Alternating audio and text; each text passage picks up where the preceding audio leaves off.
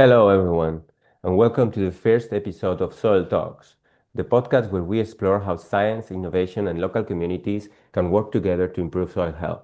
I am Javier de Rivera, the project manager at InBestSoil, an European project that brings together researchers, farmers, foresters, and a wide community of stakeholders with a common goal: protecting and enhancing soil health. Our mission is to create an economic valuation system for the ecosystem services that healthy soils provide. We aim to integrate soil health into business models, provide data and tools for long-term resilience, and ensure soil's essential role in our environment and economy. Thanks to InBestSoil, we are across Europe, from Mediterranean to boreal regions, testing innovative ways to restore degraded soils and make soil health part of our daily lives. Through our lighthouses and living labs, we transform real landscapes into examples of how science and nature can work together hand in hand to improve soil health. Today, we are moving to southern Spain, to the historic Cartagena La Unión mining district in the region of Murcia, home of one of our lighthouses. This area has a rich history of metal mining, which left an indelible mark on the landscape and soil.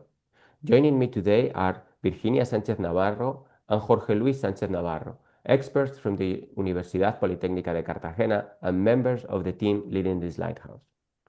Virginia earned her PhD in 2019 and specializes in soil health, sustainable management, crop diversification, and soil biology. Jorge earned his PhD in 2022 and works in the agricultural economic area at this university. His work focuses, among other topics, on economic valuation, including the assessment of the economic value of ecosystem services, one of the key topics addressed in the InBestSoil project. Virginia, Jorge, thank you very much for joining us today. Hello, Javier. Thank you very much for contacting us. And it's a pleasure for us to be here today and to share with you our work in this lighthouse. Great. Let's start by introducing the area. Could you tell us more about where Cartagena La Unión mining district is and what makes it a significant place in terms of history and environment? The Cartagena La Unión mining district is located in the region of Murcia, southeastern Spain, stretching about 25-26 kilometers along the Mediterranean coast from the city of Cartagena to Cabo de Palos Cave, passing through the municipality of La Unión.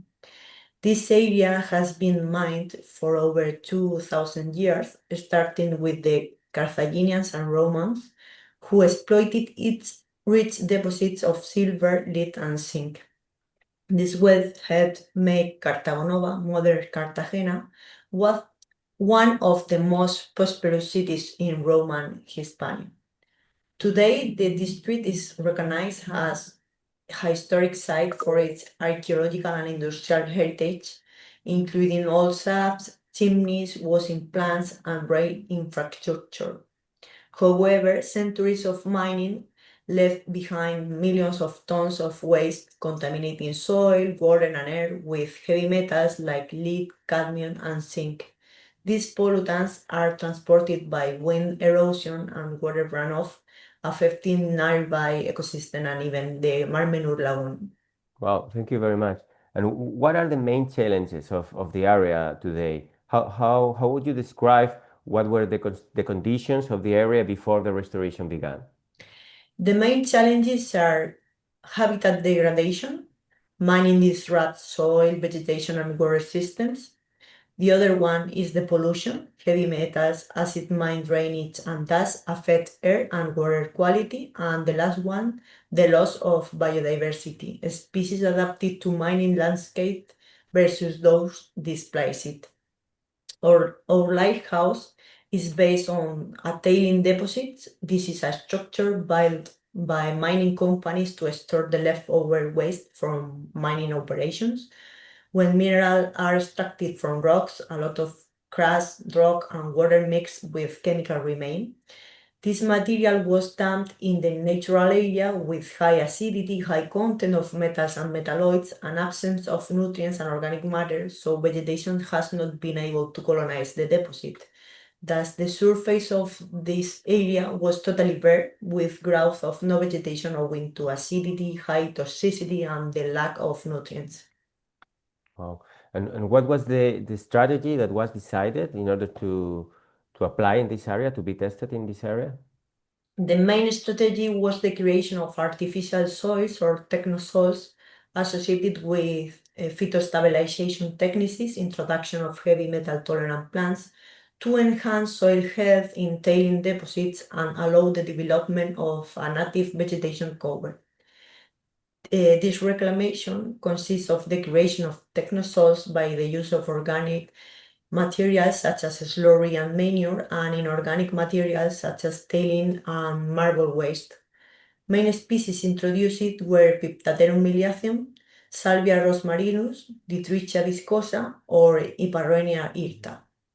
Virginia, and for those that are not familiar with the term, could you explain a little bit more what is a technosoil?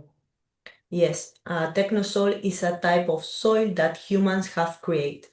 Unlike natural soils, technosoils often contain materials from industries like construction debris, mining waste, or even acids. They form when we change the land so much that the original soil disappears and is replaced by this artificial mix. And how can these artificial soils help to improve the soil conditions? How do they work? The use of technosols by the mixture of different materials as marble waste or pig slurry and manure ensures associated with the plantation of heavy metal resistant vegetation ensure the improvement of soil health and the development of native vegetation in abandoned metallic tailings. This is because marble waste increases pH up to neutrality, reducing the toxicity of metals so plants can grow. In addition, organic materials such as slurry and manure provide organic matter and nutrients that favors the aeration of soil, retention and infiltration of water, and the retention of nutrients so plants can grow. The introduction of a species with ability to stabilize metals favors that the plants immobilize the toxic metals in the soils or in the roots, not being available for other sensitive plants or organisms. Virginia, and can you tell us more about the phytostabilization technique? How does it work? And how, once the soil is recreated, what kind of vegetation were chosen and why? The introduction of a species with ability to stabilize metals favors that the plants immobilize the toxic metals in the soil or in the roots, not being available for other sensitive plants or organisms. These plants were selected because of their ability to precipitate metals around their roots or store them in the roots with no movement to the aerial parts, so the transfer of metals to the environment by wind or plant erosion is reduced. Mhm. And now moving on to how the process was developed and what are the early results. I would like to talk more about how did you start preparing the soil for planting the vegetation? We first proceeded with the leveling of the surface to avoid flooding, creating a drainage system for water. After that, we till the surface of the material up to 30 centimeters and mix the mine wastes with marble waste, slurry, and manure. This was done with typical agricultural machinery. After the mixture of the materials, vegetation was planted or sown depending on the species of the specific species. Virginia, do we have any results yet? And how long would it take to have to start noticing visible improvements in the site? After 1 year, we observed the growth of vegetation introduced and the colonization of other species from the surroundings. Yes, but what were the most remarkable research in these first months? How the site evolved especially after how the site evolved after several years? The most important initial results were a vegetation cover of grasses and shrubs of around 50% compared to the complete absence of vegetation before reclamation. This was due to increases in pH from 4 to 7, with decreases in soil electrical conductivity or salinity from 2.5 to 1.5 the C-Siemens meter. Soil organic carbon and nutrients increased.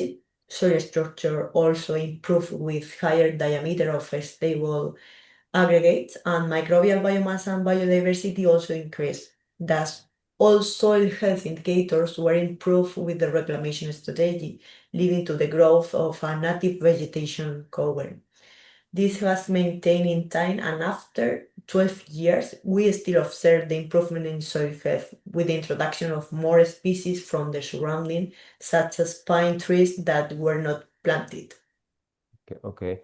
And moving on to the social impact and environmental impact of the project, beyond this visible recovery, what kind of environmental benefits have you observed since the restoration began? Recovery of biodiversity with introduction of insects, birds, reptiles, and small mammals, and reduced erosion. Okay, thank you very much, Virginia. And now I would like to talk more about the economic value of soil health. And I would like to ask Jorge if you could tell us more about how do we measure the benefits of in terms of economic value. Well, before talking about economic value, the first thing we need is to be able to measure soil-related ecosystem services in a simple way. In InBestSoil, we try to do this by using indicators which were agreed by experts from the project. And the point is that ecosystem services can be very, very different. So each one needs its own way of being measured. For example, for climate regulation, we look at how much carbon the soil can sequester, measured in tons per hectare. Or, for example, for cultural services such as landscape aesthetic, we use an index from 1 to 10, depending on what people can see and enjoy in the landscape. For example, in this meaning area, that includes, for instance, all meaning structure like chimneys. Well, once that we have these indicators, the next step is to give them an economic value.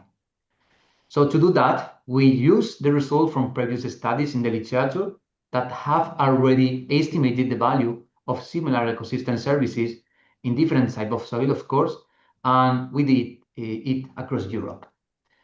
And then, using a statistical approach called meta-regression, we combine information from these studies and transfer those values to our case. This allows us to estimate in economic terms the benefit of restoring soil health in this meaning landscape. Very interesting, Jorge. That's a huge methodology. That's a strong. Well, espera, voy a empezar. Thank you very much, Jorge. That's very interesting. It's a well-developed methodology. And now I would like to ask Virginia, because we usually talk about what we see, the plants, the landscape, but what happens with the life underground, with the biodiversity in the soil? What can you tell us about this? We have observed an increase in soil bacterial, fungal, and protein abundance and biodiversity besides the appearance of soil animals such as ants or spiders not present before reclamation. Mm-hmm. Good. And regarding the materials used for creating the technosoils, do they come from local industries? How important is the decision of choosing these materials? This is vital so the business related to reclamation is profitable. It's important to select the available waste at local or regional scale so costs are reduced by transportation and carbon footprint is also reduced. Thank you, Virginia. Now in the final section, I would like to address what are the lessons learned from this experience, from this lighthouse, and how we see the future of the project. Virginia, what would you say that this model could be? Would you say, espérate, empiezo otra vez. Thank you very much, Virginia. And finally, I would like to address the lessons learned from this project and what are the future projections. Virginia, would you say that this model could be applied in other mining regions or even in other types of degraded soil? This model is profitable and efficient, and it has been also implemented in InBestSoil LH3 in a mine in northwest Spain. The use of residues for the creation of artificial soils is an effective strategy of circular economy, giving environmental and economic value to current waste, favoring the restoration of contaminated and degraded areas. So this is something that can be applied in other areas with similar conditions. Well, yes, it seems that we will be talking about technosoils much more in this soil talks. And I would like to ask you too, how the local communities react to the transformation of the area. They like to fact that tailings deposits can be reclaimed to avoid environmental problems. However, they claim for the total reclamation of the mining district, not only small areas to showcase successful strategies. So the need now is to adopt the proposed business model to properly reclaim the entire former mining district. Well, and looking ahead, what are the next steps in this experimental site? We will continue monitoring the evolution of soil, vegetation, and fauna and disseminate the results to society and businesses for early adoption. Thank you very much, Virginia. It's a very interesting case, and thank you very much for joining these soil talks today. And before we close, I would like to ask you too, what has meant for you personally and professionally to be part of a project like InBestSoil? For me, being part of the InBestSoil project has been a highly enriching experience. From a professional perspective, it has allowed me to engage with mining contaminated soil affected by extractive activities, which is quite different from my usual research focus on agricultural soils in the Mediterranean region. Moreover, this project has significantly expanded my knowledge of the ecosystem services provided by healthy soils, the different types of soils and the economic valuation associated with these services, giving me a more comprehensive perspective on the importance of soil management and conservation. Mm-hmm. And you, Jorge, what has it Well, meant for you?